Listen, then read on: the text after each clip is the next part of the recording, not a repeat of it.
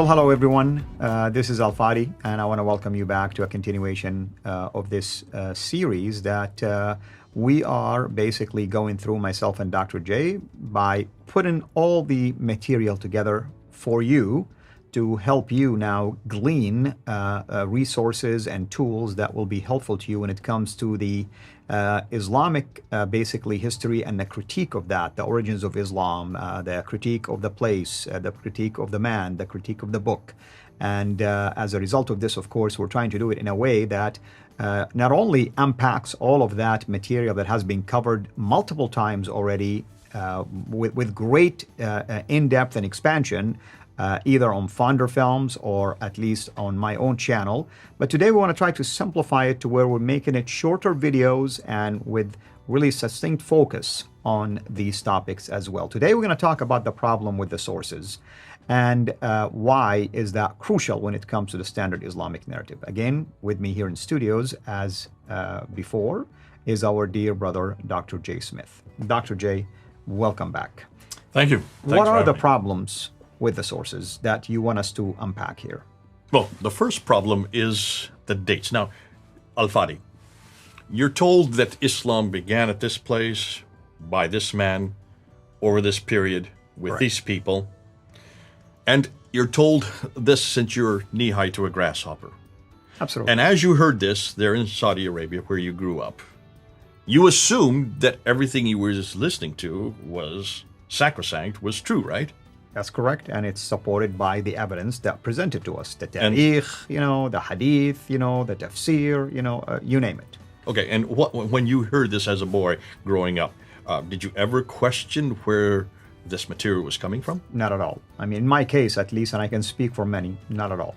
Did your teachers ever tell you where it's coming from? No, it's just Islamic sources, and you don't question that. Oh, they did. They did tell you. They tell I mean, the source at least, yes, but what were the sources they gave you? Well, of course, you have the Sirah. Okay, and by that's whom? Ibn Hisham, of course, because that's the most popular one. We know about Ibn Ishaq, but Ibn Hisham basically... Actually, they would never said Ibn Hisham. They would have said Ibn Ishaq. That is true, but we knew that it was Ibn Hisham because of the connection, at least the perceived connection between Ibn Hisham and Ibn Ishaq. Then you have the tafsir, of course. You have the hadith, Bukhari, Muslim, of course, mentioned all So the you time. knew these names. These are household names. Absolutely. Okay, and so you've grown up with these names. Yeah, like every Muslim. Even till this day, by the way, these names are still household names. Absolutely. Now, for those of you who are listening, especially if you're a Westerner, you haven't heard these names before. These are probably new for you, but they're not new for Al-Fadi, and that's why I wanted to make sure, Al-Fadi, I'm just going to be throwing things at you as we go on. So, these people, Ibn Hisham, Ibn Ishaq, Al-Bukhari, Sahih Muslim, I mean, they just drip out. Al-Tabari, these are names that you've grown up with. These are people that you have always heard. When did you think they lived?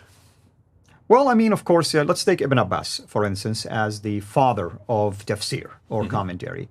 I mean, Ibn Abbas is a cousin of Muhammad. So, he would be living at the time Muhammad. Exactly. Okay, and where is his book? Well, that's the question. You know about his book. From whom? But you do not know. Where do you know his about Ibn Abbas? Where do you get all the material about Ibn Abbas? There's no book that he wrote. I mean, just tafsir, basically. And who is the person that wrote the tafsir? Al-Tabari. So we know about Ibn Abbas because of Al-Tabari. It's Al-Tabari that Tabari quotes makes him references to him all the time. Yeah. all the time. And so that's why we know about this man, and we know about Fatima, the daughter. We know about Aisha, the wife. The wives. We know about all these stories about Muhammad. We know about the Ansar who were there in Medina. All these stories surrounding Muhammad's life, about the Medina going back and forth, the Hijrah. All these stories you knew about, and you always assumed that they were being written by people who were there. You have no reason to question it. And you never raised your hand in class and say, well, hold on a minute. Oh, trust me, if I did that, I think I would have suffered a great deal of persecution, not just by the teacher, but even by my parents, because they will be told that your son is questioning Islam. Okay, that's Saudi Arabia. That's the environment. But see, in the West, where I come from, these haven't been questioned either. Which is fascinating to me. There's no persecution. No one would throw you out of class or call your parents in if you were to ask a simple question at any university or any school where you're being taught this. Hold on a minute. Where did these people get this material from? Now that's interesting to me. Why? Because I noticed the same thing. In the West also, it is not questioned. It's never questioned because there are no red lines in the West. We don't have censorship of, in fact, we engender and we engage people to question. That's what you do when you go to school. You go to school to learn, but you're also there to question the teacher. If you don't question the teacher, if you have doubts, then what kind of education is that? So we have a whole different concept of education here in the West than I would say you probably had in Saudi Arabia. So I'm even wondering why this has never been questioned in my upbringing. Because when I was told this, I was told this when I was living in India, that Ibn Hisham and Ibn Ishaq and Al-Bukhari, I knew these names. I grew up amongst Muslims all my life. I had them as classmates. I had them as roommates. So where I grew up in northern India, which has around 200 million Muslims, some of the most radical Muslims come from where I grew up in the north part of India. Uttar Pradesh is what it's called. We at least discuss these kind of things, but I don't remember ever myself asking probably the most important question: where did you get all this material from? And I remember you telling us a story that when you were at least doing your MA, that when the professor was questioning things like this, the Muslim students left the class. Well, this was in London. This is much later. This is when I had already got my master's degree. I had 2 master's degrees. I had come to London. I was there in 1994. Look at the dates. We're talking, 20, 25, 26, 27 years ago. I was there in class with Dr. Gerald Hotting. And I remember sitting in class on the origins of Islam, this very subject that we're doing. Mm-hmm. So that was 27 years ago. Dr. Gerald Hotting was part of the revisionist school, and he was introducing some brand new material. There were maybe about 50 students in the class. And he started saying simple things like, we can't find any mosque that has directed its Qibla towards Mecca. And I raised my hand immediately, and I said, hold on a minute. Well, wait a minute. No early Qibla is facing Mecca? That's hugely significant. Why is that? And he would not answer. And then he said something like, the Dome of the Rock. You notice the Dome of the Rock doesn't have a Qibla. I said, the third holiest shrine in Islam doesn't have a Qibla. And I raised my hand. And as he was saying this, he was looking at the other students, because the other students, about half the class, was made up of Muslim students, because this is on the origins of Islam. They were going to look and think, thought they were going to hear what they've always been told, and they wanted to learn all this material from Ibn Hisham and Al-Bukhari and Sahih. They were coming to hear that. And yet they were hearing some questions about the origins of Islam, some historical questions. And one after another, in the first 2 weeks of the course, one after another of these Muslim students got up, took his books, went to the door, said something really demeaning about the professor, Hotting, slammed the door and left, and refused to take the class. And within 2 weeks, half his class had gone, all of the Muslim students. And I looked around as each one of them were leaving, and I said, goodness sakes, look how they're reacting. This is amazing. Yeah. I said, I never heard this material before. See, I had a master's degree in Islam from Fuller Seminary there in California. I spent my whole life learning about Islam. And I was there studying under Dr. Dudley Woodbury, who is one of the foremost authorities on Islam in the Western world. And he never told me this stuff. He never told me anything about the historical critical material. I never heard this about the Qiblas, or I never heard this about the sources. About the sources especially. That was the most damaging material. And here are all these Muslim students leaving the class. And I said, this is important. Source material is important, because they were hearing for the first time that everything they had believed, everything they knew about Muhammad, everything they knew about what he did, everything they knew about what he said was not from the 7th century. So when was it from? Right. See, and you had never questioned this, had you?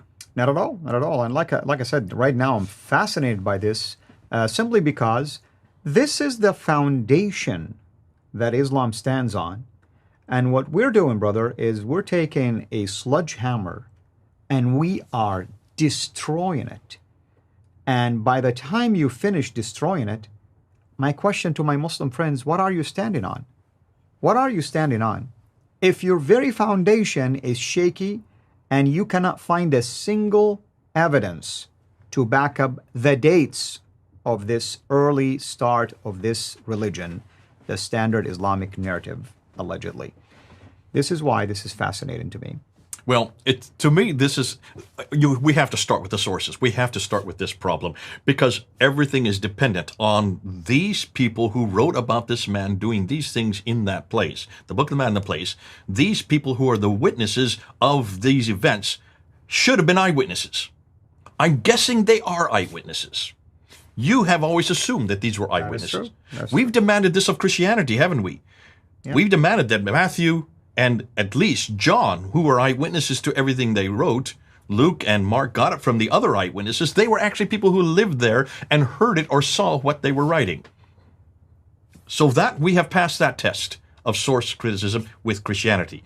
Now we're going to ask the same question of Islam, and that's what we're going to do with starting with the next episode. So what are we going to show next time for people to basically begin to learn why the sources are extremely important? I'm going to do what Muslims have not done, and what you have never heard, and what I hadn't heard. I'm going to put it on a timeline. Wonderful. I'm going to show you I'm going to show a few timelines. I'm going to show you exactly where the problem is. Thank you. Of course, to those of you who are watching this, most likely this part alone, which is the problem with the sources, might be multi-parts, by the way. So we're going to call this one part 1.